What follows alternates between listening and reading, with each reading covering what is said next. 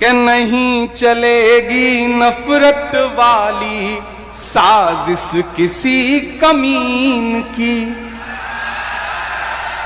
ناگپور میں کھڑا ہوں. نہیں چلے گی نفرت والی سازش کسی کمین کی. اس مٹی میں فصل اگے گی چاہت اور یقین کی. سواگت ہے دوستو آپ سبھی کا دیہات کی آواز میں آپ کے ساتھ محمد ارشاد سنیں گے. دوستو عمران پرتاپ گڑھی کی ایک شاندار نظم. اس سے پہلے بتا دوں ہر شخص خوش رہنے کے لیے پریشان ہے. آئیے سنتے عمران پرتاپ گڑھی کی نظم. تو آپ سے گزارش ہے ویڈیو کو لائک کیجیے اور چینل کو ضرور سبسکرائب کیجیے. تھوڑی دیر آپ سے شاعر بن کے بات کرتا ہوں کہ نہیں چلے گی نفرت والی سازش کسی کمین کی. ناگپور میں کھڑا ہوں. نہیں چلے گی نفرت والی سازش کسی کمین کی. اس مٹی میں فصل اگے گی چاہت اور یقین کی. اس مٹی میں فصل اگے گی چاہت اور یقین کی. اور اگلے جو دو مصرے آ رہے ہیں نا, اب تک شاعری سنی آپ نے, مشاعرہ سنا آپ نے, لیکن میں چاہتا ہوں کہ جو اس مشاعرے کا مقصد ہے وہ پوری دنیا میں جانا چاہیے ان مصروں کے حوالے سے. کہ نہیں چلے گی نفرت والی سازش کسی کمین کی.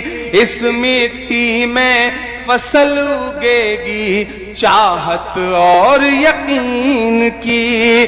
ویر شیواجی بابا صاحب امبیڈکر کی دھرتی ہے.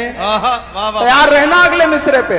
کہ ویر شیواجی بابا صاحب امبیڈکر کی دھرتی ہے. اس مٹی میں خوشبو بستی بابا تاج الدین کی. اس مٹی میں خوشبو بستی بابا تاج الدین کی. ویر شیواجی بابا صاحب امبیڈکر کی دھرتی ہے. اس مٹی میں خوشبو بستی بابا تاج الدین کی. اس دھرتی میں فصل اگے گی چاہت اور یقین کی. بہت شکریہ. یہ وہ فرض تھا جسے پورا کر رہا تھا. اب تھوڑی دیر اپنے تیور تک آنے کی کوشش کرتا ہوں. ایک چیز کے لیے تو اس ٹرسٹ کو مبارکباد دیتا ہوں. یقیناً ندیم بھائی نے بھی یہ بات کہی. صبح کے تقریباً 3 بجنے والے ہیں اور جس جوش اور جذبے کے ساتھ آپ موجود ہیں اس مشاعرے میں, ایسا بہت کم ہوتا ہے کسی مشاعرے میں. تو آپ کی زندہ دلی کو سلام.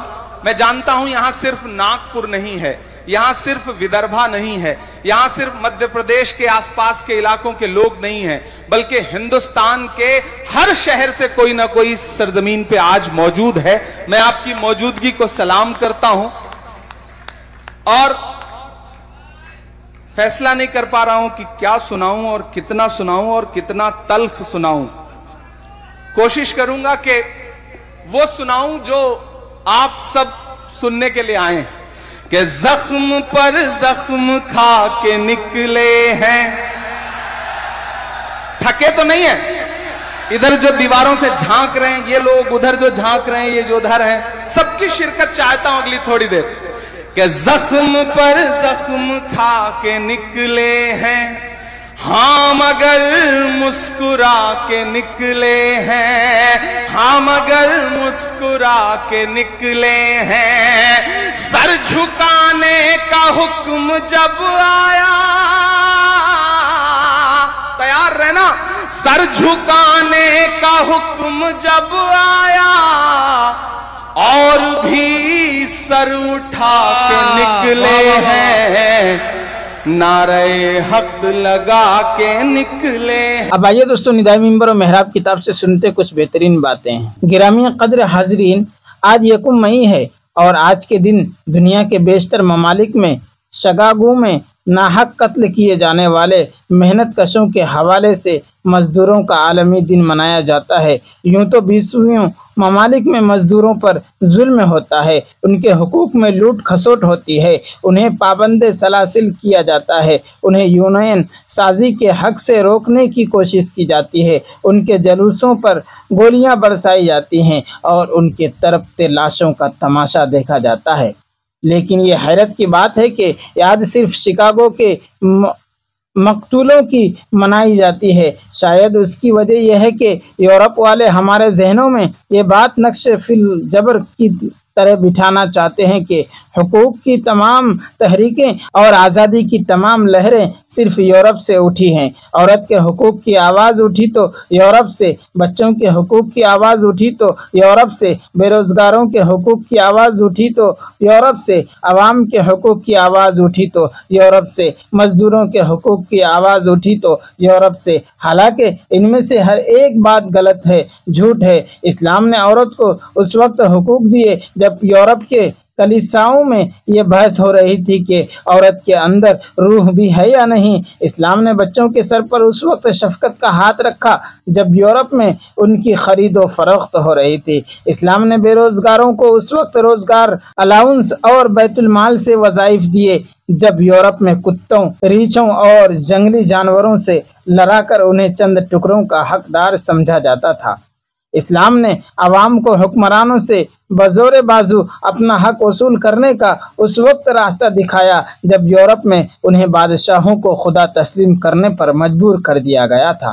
اسلام نے مزدوروں کو اس وقت مقام بخشا جب روم، ایران، مصر اور ہندوستان میں ان پر جور و جفا کے پہاڑ توڑے جا رہے تھے۔ وہ انسان تھے مگر انسان شمار نہیں کیے جاتے تھے، وہ جانوروں کی سی زندگی بسر کرنے پر مجبور تھے۔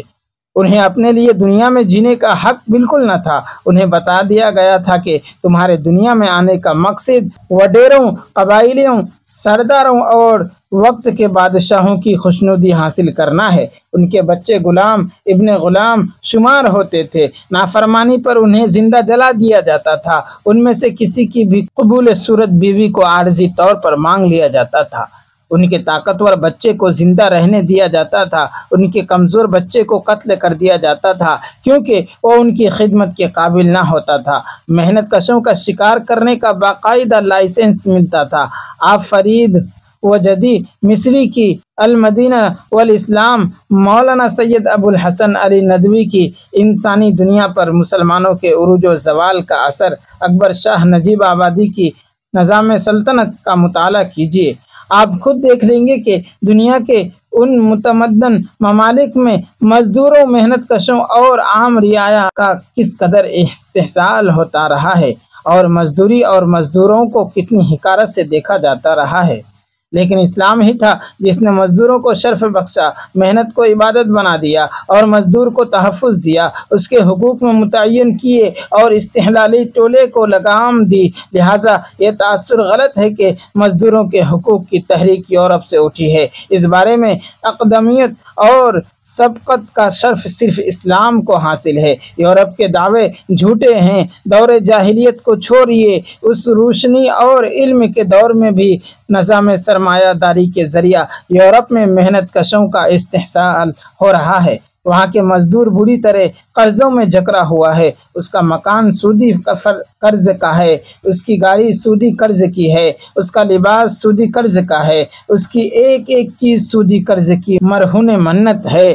دوستو، ویڈیو کے آخر میں آپ سے گزارش ہے، اگر ویڈیو پسند آئی ہو تو ویڈیو کو لائک کیجیے اور چینل کو ضرور سبسکرائب کیجیے۔